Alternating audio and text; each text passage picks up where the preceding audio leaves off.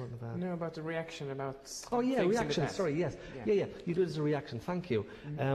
I must have written some small songs, or some short songs, in 1997. In fact, I did after Andromeda Heights. That's what I did.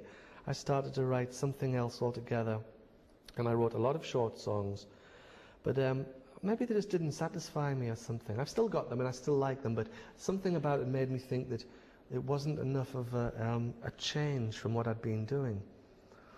And I feel as if, you know, you've always, even if you're not progressing, you've got to feel as if you are progressing. So to do the same thing each time, to, you know, 2 or 3 things in a row that are just the same, felt a bit stale. And maybe because I've been doing writing songs a long time, I've reached a point where I feel as if, well, how different can you be the next time you write a song? I mean, you know, are you going to be very different? Are you going to be very... Is it always going to sound like, oh, Lego's Paddy, that's what he sounds like and that's what he does? And so I think I probably worry about that.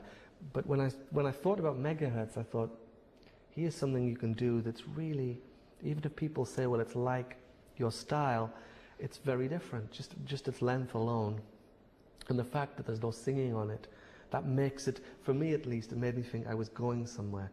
You know, even though I quite understand if, you know, someone listening to it said, well, I prefer it when you do Cars and Girls or when Love Breaks Down. I quite understand that, but, you know, from a personal point of view, what I really, really don't want to do is just do When Love Breaks Down Part 2 or Cars and Girls Part 2. I'd rather do something that had a different style to it, and then, you know, then move on, maybe go back to songs or try something else. What do you think people will how do you think they will receive it? I have no idea. Aren't you curious? I'm curious and a little bit worried, because you always, no matter how much you go through it in your mind, the things that people might say to you, you can never quite get it right. The fact that the things that people will focus on. Like, I'll give you an example. In the past, you know, when I first started doing interviews and someone will say to me, well, you always have like you write about American things. And I really I don't think I'd really given that a lot of thought. And recently I thought, oh, perhaps someone will say to me, there you go again, you have an American voice reading out your stuff, you know, it's someone might say it's just the same as what you always do. You can never, I'm just guessing here, you can never tell what people will say. Especially if you put it in a rock context where you're talking to people who are expecting rock records, you know, and then they'll hear violins and think, what's all this? What you're doing here? Because I don't really feel like it belongs very clearly in a sort of, or very comfortably with, you know, with a rock music tradition. You know, it's something else. I don't quite know what it is. The die-hard fans have, of course, seen and or noticed all this orchestral ambition. Yeah, die-hard fans would follow it, I would have thought. Yeah, because you can link it to Swan's different tracks or whatever. Yeah, absolutely. But it can be like. Do you think is it easy to get trapped that the way you're trapped in your own garden in a way that now I have to do When Love Breaks Down Part 3? And not that I have to, but you do feel, well, there's several aspects to this. One is, if you did something and you think you did it well, then how are you going to do that again? No one really, really wants you to be just the same, even if people think they do. No one, the first people to complain would be a die-hard fan if they heard you do something that was just like something you'd done before. That's what I think. But on the other hand, if it worked, I can see why people might say, well, why can't you stay in that area? It works for you. That's what you're best at. But I just don't think it's the engine that makes any writer write, if you know what I mean. The engine that's the sort of the propulsion for a writer is usually, I've got to try something else, because otherwise people will get sick of you anyway. People will get tired of you whether you stay the same or if you change, you know. I think it's like it's an old dilemma for people. I mean, people like Joni Mitchell, I mean, I've often read her talking about that, where, you know, you think you're progressing, but someone really is still fond of something that you did 30 years ago, and they'd rather you did it. But for you, There is only the one decision, and that is you've got to move because you're damned either way, so it's better to be damned for changing. That's her philosophy, and I think she's right.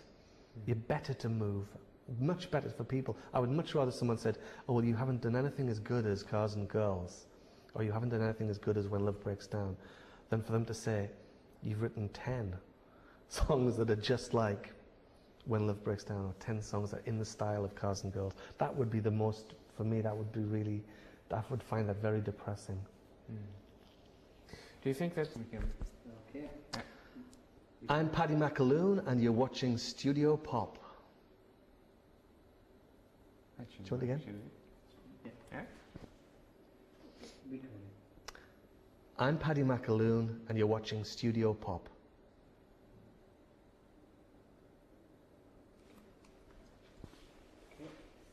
Yeah, okay, self-portrait.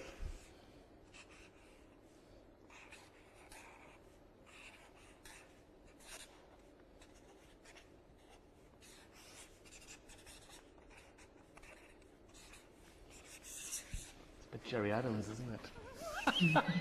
It's a bit Lucifer as well. Lucifer, it is. That's it.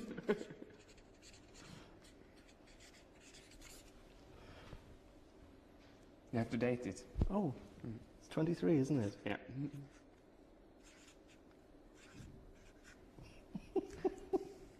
I think you'd be better with Cecilia's drawing of it. You think so? Well, there's another version. One of the early descriptions of the music on this album is a mix between Mike Oldfield's Tubular Bells and a part of David Bowie's Low. Well, I think any any pop record that has a large sort of instrumental component to it, where you've got acres and acres of instrumental, will, might make people think of a Mike Oldfield record or something like that. But I suppose if I had a model for what I was doing in 1997 or 98, it would be that idea of the Bowie idea of low, where you have short pieces and you have instrumental pieces. And in fact, just before, in the first half of first few months of 1999, I wrote some songs and short instrumentals and thought that it wasn't radical enough, so I pushed them aside and thought megahertz, that's the idea, the long slow instrumental with a sort of, I can't really call it instrumental, the long slow piece of orchestral music with a voiceover. So it was in a way it sort of sprung out of thinking about how you could split a record up into the songs and the instrumentals, and I just decided that if you're really thinking like that, you should go right ahead and be more radical in how you do it. But I'm a huge fan of Bowie's, and there's a certain period in the 70s where everything he did was of interest to me, absolutely everything.